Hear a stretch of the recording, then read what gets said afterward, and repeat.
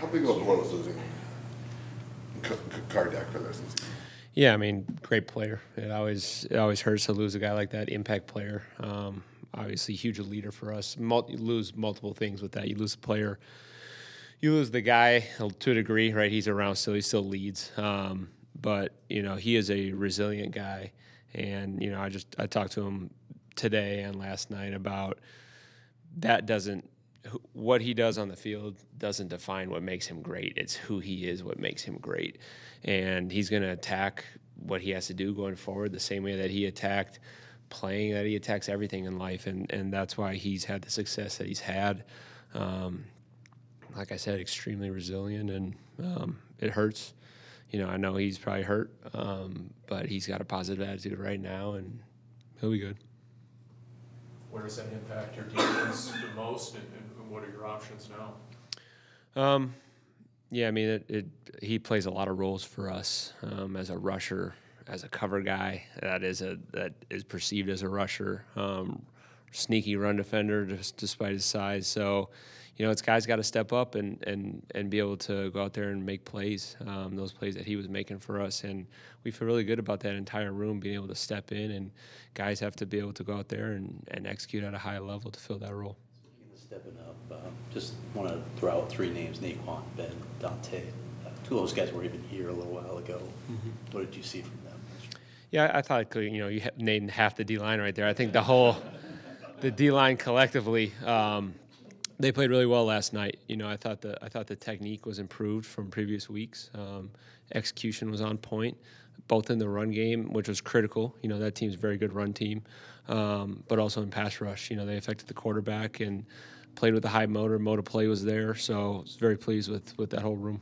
It was a bit of a similar situation at a time last year where you had a lot of newer young faces on the defensive line because of injury, new young faces in the secondary, and a little different this year with the younger faces of more through the draft and kind of growing that group as well. Yet it seems your group, no matter who is out there, continues to make an impact, which from the outside seems really difficult.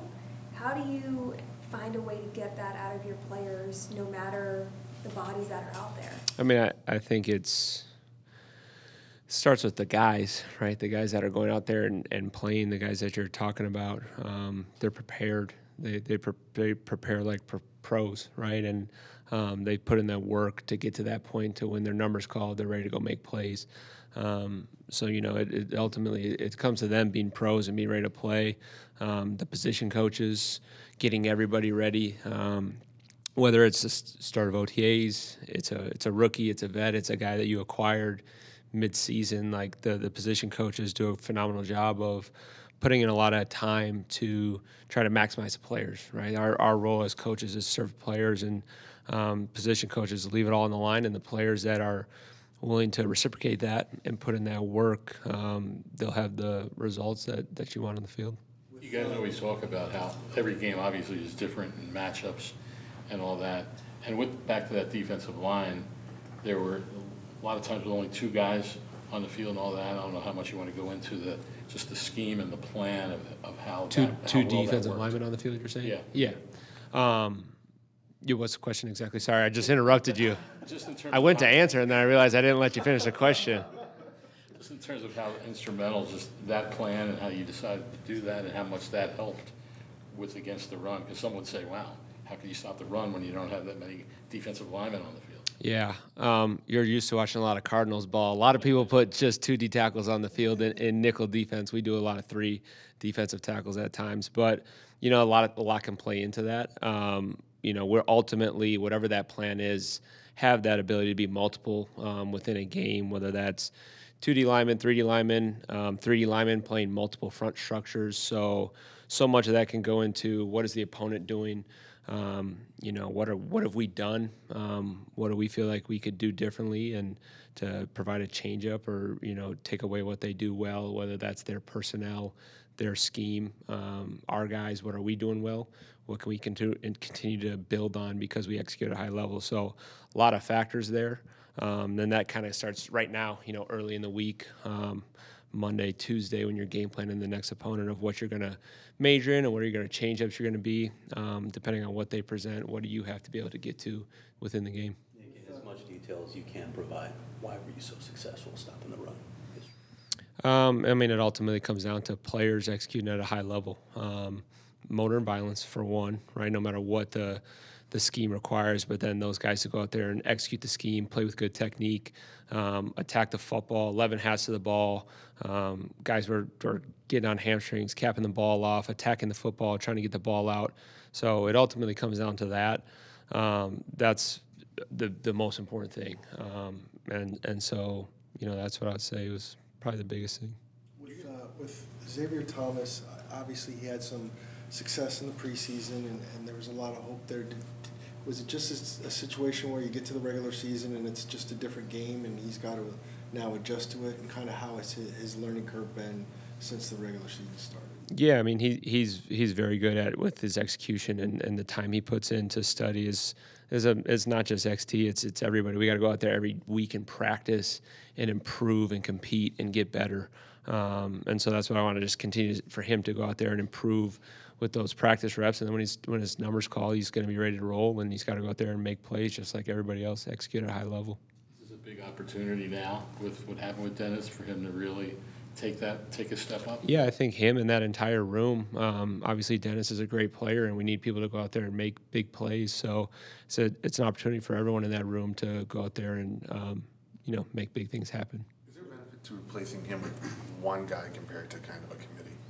You know, that kind of goes into the whole front philosophy is I like having multiple guys out there. I think it's best when you're rushing fresh. I think it's best when you're playing the run fresh. You know, being in the trenches is hard. And to play every snap when you're on the line of scrimmage is very difficult. So I want multiple guys to be able to go in there and provide, value and help us win. What's going through your mind when early on in the first quarter there's a wide receiver wide open downfield, and then just a few seconds later it's your ball? What's going through your mind in that situation? Yes, I think is kind of what happened. Well, there was a lot going on there because we weren't sure if they were going to overturn that, so we were actually just getting our red zone call ready. You can't sit there and be like, it's ours, and then you're not prepared for the next play. So we were assuming that we were back on the field, and then kind of also, why was that open? What do we got to do to correct it? And then once we realized it was our ball, it was okay. Hey, great play. How do we correct that? So obviously you can't leave a guy that open. Do you ever do any work with the offensive guys on those strips? How does James know how to come up from behind and make that play? JG does a really good job of talking about that, coaching that up. There's at times where defensive coaches will do defensive type drill work with the offensive players during practice, but James Conner's a baller, so that was a phenomenal play, but it goes back to JG harps on those kind of things in his team meeting. Only allowed 59 rushing yards is impressive. The passing game, though, you had some big-time plays from the secondary, not just the first fumble, but Max Melt and Garrett Williams had some really crucial PBUs on third downs. What did you make from the secondary's play as a whole after watching the film, and how are they able to shut down the passing game? Yeah, there was good and bad. There's things we definitely need to clean up in the pass game and really the whole defense, right? But that comes down to guys knowing where their help is, knowing the defense very well, knowing where their help is, winning their leverage, and then winning their one-on-one and denying the ball when it gets there. So, and you need to do that. You need to do that against a high-level quarterback like Herbert. So I was very pleased with those plays that we made, and I want to clean up the ones that I feel like we left out there that we could, be better at. And get off on some of those third downs or get them behind the sticks into third down.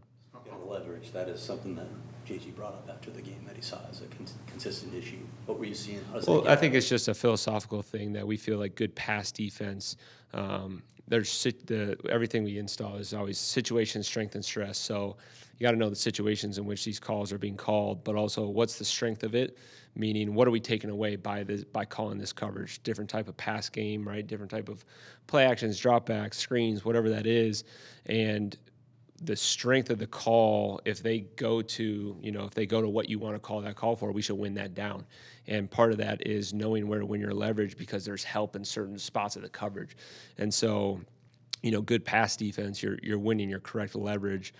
So it's a little bit of a philosophical thing of knowing what's the strength of the call, what's the stress of it, where do I have to win my one-on-one. I'm not necessarily going to get as much help. So it's not necessarily that's a reoccurring issue, but it's something that we always harp on. That to me, good pass defense, you win your leverage. You guys as a unit bend often, but don't break. Sometimes you bend a lot. What goes into not breaking? That was a little bit of a jab. I heard a little bit of a giggle over there. Well, you allow 349 passing yards, Yep. no touchdowns. Then San Francisco 4 stops inside the 10. What goes into not breaking when a defense is able to bend like that? Well, a lot of things can play a role in that. Psychologically, the players out there of being able to maintain focus and not let bad plays or however they got into those positions linger. Takeaways are critical, and red zone defense. If you can execute at a high level or take the ball away, you'll keep points off the board. Is something you like? You guys ever bend but don't break? No, I absolutely want to go 3 and out. But it's the NFL, and people are going to, offenses are going to have good plays, they're going to have playmakers, and they're going to get theirs, and you have to be resilient within a drive, within a game to eventually, get off. If they get a first down or they get an explosive play, hey, let's get them back behind the sticks and get off on 3rd down, or let's take the ball away, or okay, the ball's in the red zone, let's get off on 3rd down in the red zone, hold them to a field goal. So, you definitely want to get off as quick as you can and win the field position battle, and get our offense out there. But when it doesn't happen, you got to be resilient and hold up in some form or fashion. We've seen Max's growth, especially over the last month. Yeah, he's improving. I mean, you could see it yesterday. His number was called on for the remainder of the game when Sean went out, and I thought he went out there and did some really good things. Has spots to clean up, but he's competitive and he can get down there and press receivers and deny the football. Talked about that with that 3rd down stop, just the ability to deny the ball. So continue to improve, definitely. I think with more playing time you get, not just practice, but in the games, that's very valuable reps to improve your game. And so you're seeing the improvement come, and he's got to keep improving. What stands out about this Miami offense? What are the main challenges? It's very explosive. They obviously have 2 elite receivers, 2 backs that are extremely explosive as well, and a very good scheme, very similar to San Fran's scheme. So, playmakers, a really good scheme that gets executed at a high level. So they present a lot of issues as far as pass game and run game. Have you given yourself much thought, because I know you look at this stuff ahead of time usually, that they were going to have Tua back, and does that impact a lot how you're approaching this, whether they have Tua or not? There's things that can remain consistent no matter what quarterback, but there's things that'll change depending on the quarterback. And right now, we don't know, and we got to be able to prepare for both.